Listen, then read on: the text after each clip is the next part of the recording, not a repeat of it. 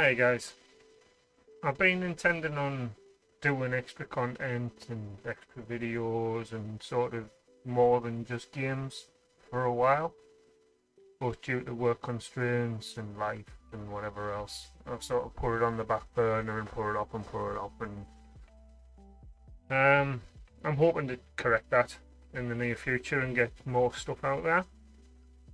But this isn't really a happy smile. Well, I suppose it could be a nice video in a way. I don't want to start on sort of a morbid footing about this, but I heard some news and I just thought I'd now is the time to sort of have my say. Yeah, I just wanted to say, I know there's probably flashier, nicer, tidier ways of doing this, but this is just a spur of the moment thing. I've just heard the news and I just want to have a little word about how I feel, essentially. And it's all about this guy here. Yeah. So for you who may not be aware of him, this was Sir Clive Sinclair, who died yesterday, which I've just found out about. So I've had me head in the clouds for a while and not really took much notice of the news. But this guy is pretty much where my gaming life started. And without him, I wouldn't be doing any of this, to be fair. And I'm going to tell you a little bit more about him and what he done and sort of how that impacted me. And I hope you sort of take the time just to sort of watch this. I appreciate it if it's not really your thing and you want something a bit more entertaining. But yeah, so as I said, this is Sir Clive. He was born in July 1940. And he started inventing, for want of a better word, at quite an early age.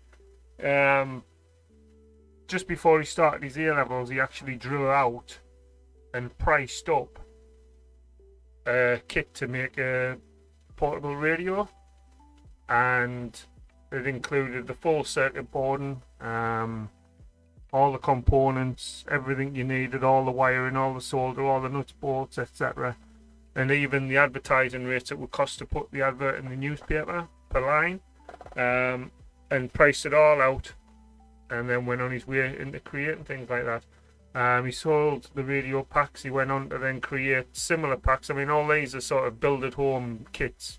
They'd all just come in bits, and you had to build it with the instructions. As a sort of way of teaching people how to do electronics and sort of get the head around things. So, as I said, he started with radios. He went on to do calculators, watches, wrist watch radios, things like that. So there's some of the adverts he put on here. So as you can see, there's a little mini radio, there's the watch there, the calculator, things like that. He even created a tiny little TV screen, which, again, at the time, considering this was like late 70s, way ahead of his time. So yeah, and it was, like I said, it wasn't about so much the building of them. He wanted to teach people how to do it at the same time. So these were the adverts that he put in the newspapers where you could buy the kits and obviously just come in a pack. You assembled it all yourself, and hopefully it worked at the end of it all. So there you go. From there, he came across some cheap microprocessors and wanted to start building kits to teach people how to build computers, essentially. He got talking to a guy called Christopher Curry, and together with him they started setting up production of the ZX80 computer, or a kit that would eventually lead into that. There was word at the time that the BBC were going to start doing a program on the television all about programming, computing, things like that. So they tried to get these computers. I've got a picture there. That's the ZX80 there. Again, as I said, it comes out in a kit form, and then it turns into the computer when you're finished. So you have to manually put all these components together to make the computer. So the BBC was starting to make a television program about microprocessing, programming, etc. And him and this Chris Curry decided to try and make a push and sell the BBC these computers to run on that. Unfortunately, towards the end of the development, Chris Curry actually got into talks with Herman Hauser, and together they set up Acorn computers. And the BBC actually took the contract with them. And I don't know if you're aware of, it was the Acorn computer, the BBC Acorn or the Micro or whatever it was called at the time, and they went into production as a processing PC type computer, and I remember using them at school when I was a kid. They were the ones we used for word processing and things like that, learning how to program and playing games, obviously, on our breaks. So yeah, they were sort of the computers I was introduced to at that point when I was at school. Obviously that was later on down the line though. But in the meantime, they pushed on anyhow and carried on with the production of the ZX80. That turned into the ZX81, which was a more of a competitor for the Micro, the VIC-20, the Apple II, etc.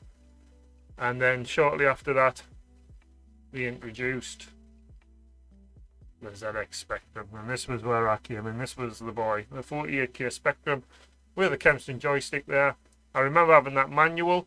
At the back of it, there were actually programs you could input into the computer to make it do lots of funky things, to give you the basics of learning how to sort of get some skills around programming. And it was, I mean, considering that came out 82, I remember getting mine sort of around that Christmas because they were really pushy on competitiveness for price. So it was a really good, valid option for Christmas for kids, and older kids more so. But I mean, my dad was always into his computers and things anyhow, so I think he got it more for him than me initially, but then I just took over it. So I'd say that was 82-ish, 83. So I'll have been about 6 or 7 when that came into my life. I remember it came boxed up with a game called Horoscope Skiing and Scrabble. And I played them both like for hours, and it was pretty funny. I remember in the Scrabble game you could put words in and it would tell you if it was in the dictionary or not, and then you got the option to say if it was actually a legitimate word or not, so you could override it. And I remember one night I was playing with my dad and I put a rude word in and he was like, "Really?" And I was like, "Yeah." I think what was it? I can't remember what the word was, but I did put something in. It might have been bollock or something, I don't know. Something daft around that time. And he pushed it and it said, "No, are you sure?" And I said, "Yes, it's a bloody word." And my dad sort of gave in and accepted it in the end. But yeah, loads of daft stuff like that. But then, sort of from there, I sort of moved on to all sorts of other games. I'll just play this in the background while I'm talking.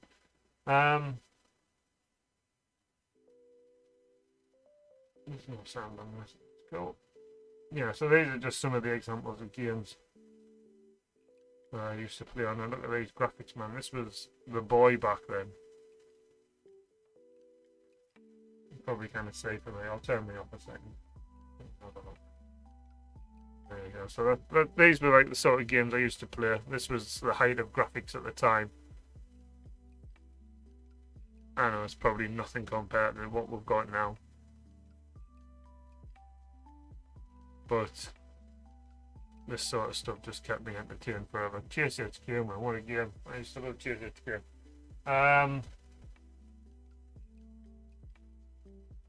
Yeah, so sort of, like I say, there was hundreds and hundreds of games. I remember getting Manic Miner, Jet Set Willy, Spy vs Spy, all the Ultimate games. Ultimate, if you don't know, became rare eventually. with the likes of Saber Wolf, Attic Attack, Jetpack, all that kind of things.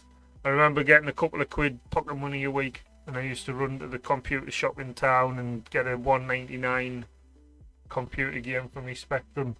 There was a special budget range, normally made by Codemasters, but I think there was others that done them as well. The likes of the Dizzy games, Unreal. Yeah, the Robin Hood Simulator, there was Pinball Simulator, there was, I don't know, like every week I would get a different game. But on top of that, I mean, I shouldn't really have advocated, but at the time, you used to be able to connect two cassette players together and transfer one to the other, so you could basically copy games. Christ, Daley Thompson, I don't know how many joysticks I broke playing that. Yeah, so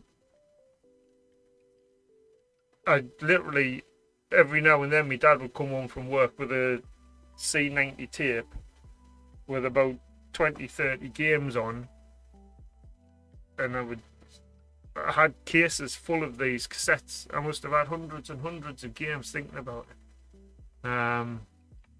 And I just loved it. It was what got me really into me gaming.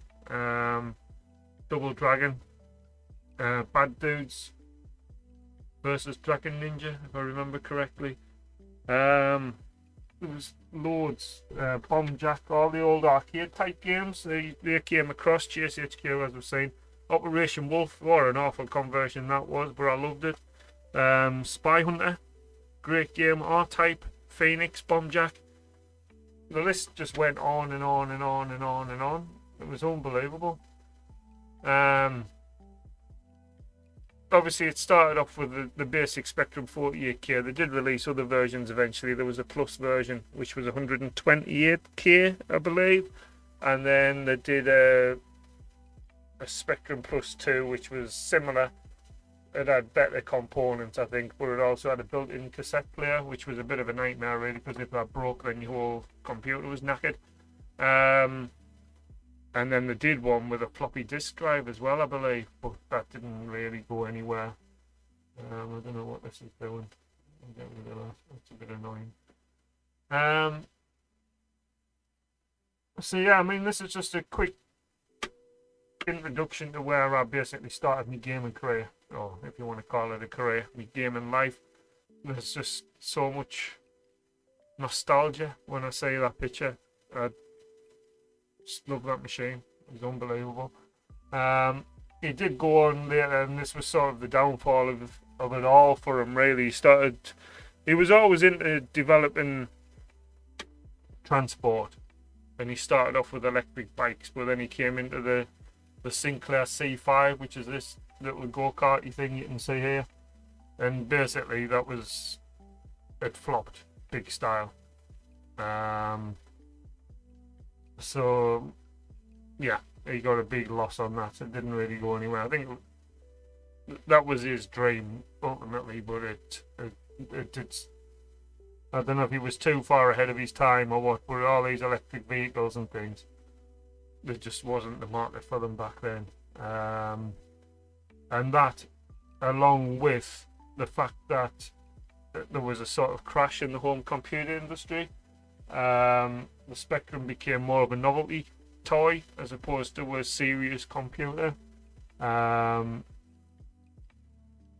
missed out on sales targets towards the end of it. Despite the initial burst onto the scene, it did sort of peter out a bit towards the end. And then Acorn also went under investigation for various reasons, and there was a bit of a crash with home computer business, and things sort of went south from there. He ended up going into receivership for the transportation side of things, and the actual computing part of it got sold out to Amstrad in the end. He had to sell out. I think he kept a small percentage of shares in it, but I think for the most part, Alan Sugar pretty much got what he wanted with that. So yeah, I just wanted to say my feelings on it. I've just found out the news, and it is rather sad. So yeah, thank you very much, Sir Clive. Appreciate all you're doing for us. And I just want to raise my glass to you. Thank you very much, sir. I appreciate it. Rest in peace.